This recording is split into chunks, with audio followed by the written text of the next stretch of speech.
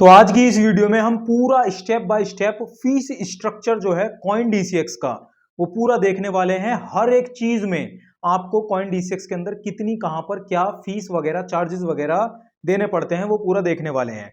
वैसे तो इनका एक अपना आर्टिकल भी पब्लिश हो रखा है जो कि आप यहां पर देख ही सकते हो। अगर आप इस आर्टिकल को पढ़ना चाहते हो तो आपको डिस्क्रिप्शन में लिंक मिली जाएगी, आप वहां से जाके पूरा आर्टिकल पढ़ सकते हो। लेकिन हम लाइव यहां पर प्रैक्टिकली देखने वाले हैं, खरीदते बेचते फ्यूचर्स वगैरह में हर चीज में कितनी क्या कहां कहां पे फीस देनी पड़ती है। तो ये देखिए, ये आपका कॉइन डीसीएक्स का इंटरफेस होता है। शुरू से शुरू करते हैं। यहाँ पर ये इंस्टेंट बाय का ऑप्शन आ जाता है, फिर अलर्ट, एसआईपी ऑर्डर्स, फिर ये फंड्स वगैरह, डिपॉजिट, आईएनआर, क्रिप्टो डिपॉजिट, वो सब आ जाता है। तो ये सबसे पहले हम बात कर लेते हैं आईएनआर डिपॉजिट की ही।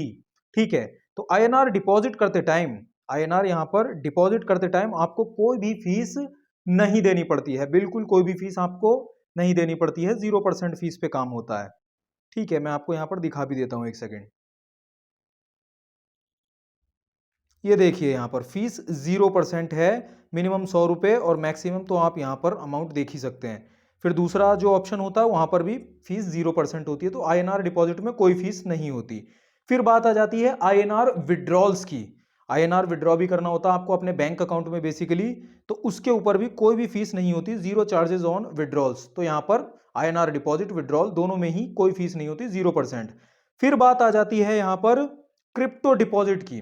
ठीक है, क्रिप्टो डिपॉजिट करते टाइम भी आपको यहां पर कोई भी फीस नहीं देनी पड़ती है, 1 रुपए की भी। क्रिप्टो जो आप डिपॉजिट करते हैं, जो भी आप नेटवर्क का इस्तेमाल करते हैं, ERC20, TRC20, what ever, BNB20, कोई सी भी आप नेटवर्क का इस्तेमाल करते हैं, उनकी जो अपनी नेटवर्क फीस होती है, जो क्रिप्टो की ही होती है, ब्लॉकचेन की, वो नेटवर्क फी आपको हो सकता है देनी पड़ती हो, लेकिन वो कॉइन डीसीएक्स नहीं चार्ज करता, क्योंकि वो नेटवर्क की अपनी फीस होती है ब्लॉकचेन में क्रिप्टो ट्रांसफर करने की। तो यहां पर कॉइन डीसीएक्स में क्रिप्टो डिपॉजिट की कोई भी फीस नहीं लगती।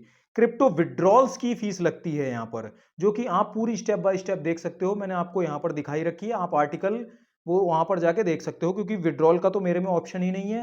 हो सकता है कि आपके में भी ना हो, तो ऐसे में क्रिप्टो विड्रॉल तो कर ही नहीं पा रहे हैं, तो उसकी फीस और चार्जेस की तो बात ही नहीं पैदा होती। लेकिन अगर आ जाए तो आप यहां पर देख सकते हो क्या विड्रॉल की फीस और चार्जेस होती हैं, जो कि अलग अलग होती हैं। हर क्रिप्टो के लिए अलग अलग विड्रॉल फीस होती है, क्रिप्टो विड्रॉल फीस।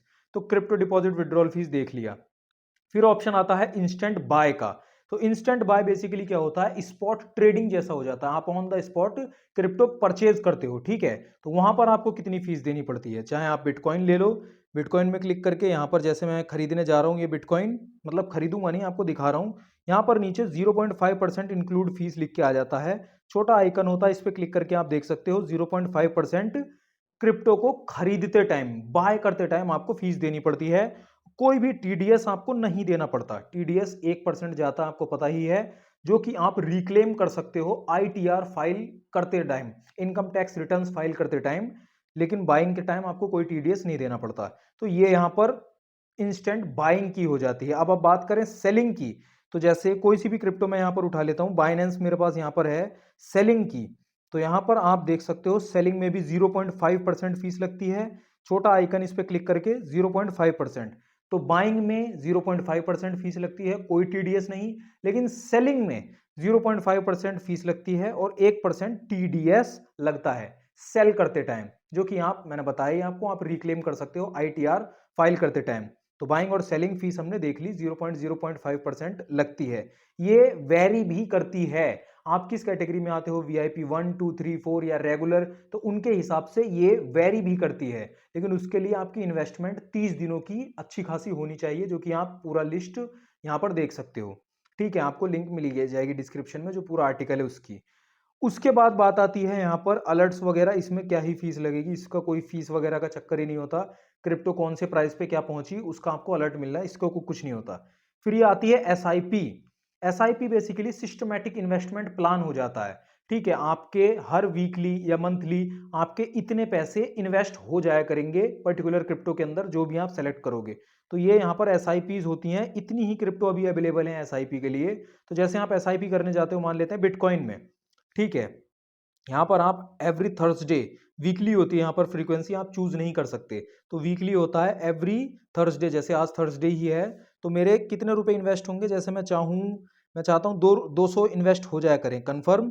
तो मेरे हर थर्सडे को वीकली एसआईपी चालू हो जाएगी, हर थर्सडे को पैसे इन्वेस्ट, उसके ऊपर फीस देनी पड़ेगी 0.5%। 0.5% बाइंग करते समय कोई भी टीडीएस नहीं लगता। क्यों? क्योंकि बेसिकली यहाँ पर हो क्या रहा है, आप क्रिप्टो खरीद ही तो रहे हो। मतलब अगर आप एसआईपी को इसको ना करो और सिर्फ आप वीकली हर हफ्ते आप जाके डायरेक्ट क्रिप्टो खरीदते रहो, इंस्टेंट बाय करते रहो, तो भी आपको उतनी फीस देनी पड़ती है। और एसआईपी भी उसी तरह काम करती है। बस इसमें होता क्या है कि आपको याद नहीं रखना पड़ता, ये आपके लिए खुद यहाँ पर पैसे इन्वेस्ट कर देती है आपसे बिना कुछ पूछे। आपके जो फंड्स होते हैं बैलेंस यहाँ पर उसके हिसाब से, तो यहाँ पर उतनी फीस लगती है जितनी बाइंग करते टाइम लगती है, जो कि है 0.5%। ठीक है, एसआईपी का ये सिस्टम हो जाता है। और सेलिंग का आपको पता ही है, जब आप सेल करोगे तो ऑब्वियसली 1.1% की टीडीएस जाएगी और 0.5% की आपकी फीस जाएगी। ठीक है, और ये ऑर्डर्स होता है, इसमें पूरी हिस्ट्री वगैरह आपकी दिखाई जाती है, कितनी क्या आपने बाइंग सेलिंग वो सब करी। उसके बाद नीचे ये ऑप्शन चालू हो जाते हैं मार्केट के। तो मार्केट में ये सारी क्रिप्टोज हैं, जो भी आप चाहो जिसमें भी इन्वेस्ट कर सकते हो। खरीदने बेचने की मैंने फीस आपको बताई दी है, 0.5% बाइंग, 0.5 प्लस 1% टीडीएक्स सेलिंग। फिर आता है अर्न का ऑप्शन। अर्न के ऑप्शन में क्या होता है, आप यहां पर अपनी किसी भी क्रिप्टो को होल्ड करके रख सकते हो, बेसिकली लैंड करके रख सकते हो, जिसके ऊपर आपको रिटर्न्स मिलते हैं, जो ये रिटर्न्स लिख रखे हैं यहां पर।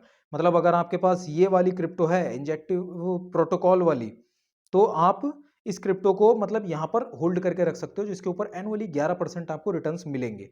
ठीक है, आप इसे कभी भी विड्रॉल भी कर सकते हो, लॉक इन पीरियड नहीं होता। लेकिन जब भी आप इसे विड्रॉ करोगे, बेसिकली सेल करोगे, तो आपको 1% टीडीएस देना ही होता है, जो आपको पता ही है। क्योंकि जब आपने क्रिप्टो बाय करी थी, बेसिकली आपको ये क्रिप्टो पहले बाय करनी पड़ेगी, तो बाइंग करते टाइम आपने ऑलरेडी फीस और चार्जेस दे दिए हैं, जो कि 0.5%। अब बाय हो गई है, अब आप इसको यहां पर होल्ड करके रखोगे, तो यहां पर अर्न में होल्ड करके रखने की कोई भी फीस और चार्जेस यहां पर नहीं होती। मैंने पूछी थी इन लोगों से, जो चैट का ऑप्शन होता है उसमें, तो यहां पर ये रिप्लाई आया था, आप रिप्लाई भी पढ़ सकते हो। मतलब उन्होंने कहा था कोई चार्जेस नहीं होते। ठीक है, बाइंग करते टाइम। तो यहां पर आपने वो क्रिप्टो अपनी होल्ड करके रखी रखी रखी रखी, उसके बाद आपके रिटर्न्स वगैरह मिले, फिर आपने उसको यहां पर सेल आउट कर दिया। लेकिन आप जब सेल करोगे ना, तब आपको टीडीएस देना पड़ता है। ठीक है, तो ये हो गया अर्न का ऑप्शन। उसके बाद आ जाता है फ्यूचर्स का ऑप्शन। ठीक है, जो कि यहां पर फिलहाल ये वाला ऑप्शन लास्ट ऑप्शन है फ्यूचर्स का, कॉइन डीसीएक्स के अंदर। ठीक है, तो फ्यूचर्स ट्रेडिंग आपको पता ही है क्या होता है। आप किसी भी क्रिप्टो के ऊपर एक प्रेडिक्शन जैसी करते हो कि क्रिप्टो ऊपर जाएगी इन फ्यूचर या नीचे जाएगी। तो आपकी प्रेडिक्शन के हिसाब से, मतलब अगर आपने कहा कि ये ऊपर जाएगी और वो ऊपर गई, तो आपको उतने ही % का प्रॉफिट होता है। तो यहाँ पर क्या होता है, फीस और चार्जेस वो हम देख लेते हैं। तो यहाँ पर बेसिकली फीस और चार्जेस ऐसे काम नहीं करते कि आप जैसे इंस्टेंट बाय में काम करते हैं कि 0.5% की फीस लग गई खरीदते समय। क्योंकि फ्यूचर्स ट्रेडिंग में आप कुछ भी खरीद नहीं रहे होते हो, यहाँ पर सिर्फ एक कॉन्ट्रैक्ट जैसा बन रहा होता है।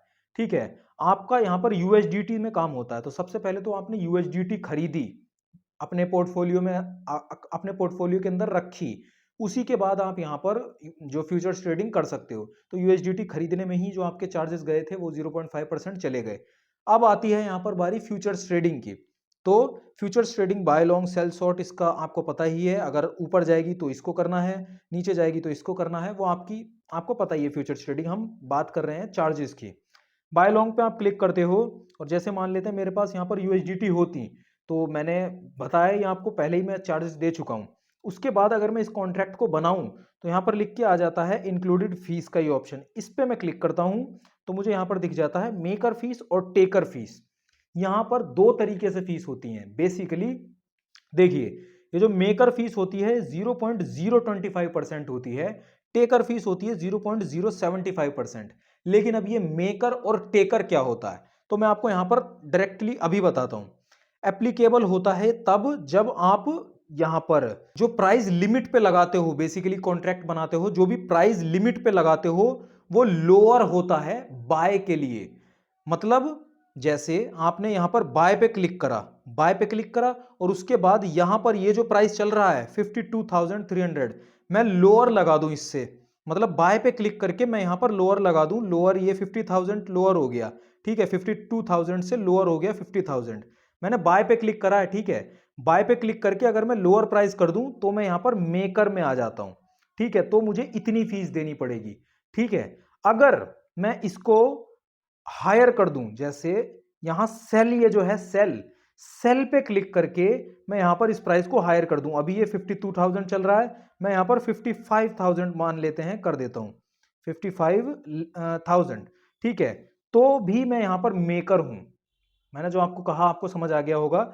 अगर मैंने बाय पे क्लिक करा, बाय पे क्लिक करा और प्राइस इस प्राइस से लोअर रखा, इस प्राइस से लोअर रखा, तो मैं यहां पर मेकर हूं बेसिकली। तो मुझे मेकर फीस देनी पड़ेगी जो कि है 0.025। ठीक है, मतलब आप ऐसा मत करना कि फीस के चक्कर में आप कम या ज्यादा करो, आप वो आपकी अपनी रिसर्च होगी। मैं सिर्फ आपको ये बता रहा हूं कि फीस कहां कहां कैसे लगती है।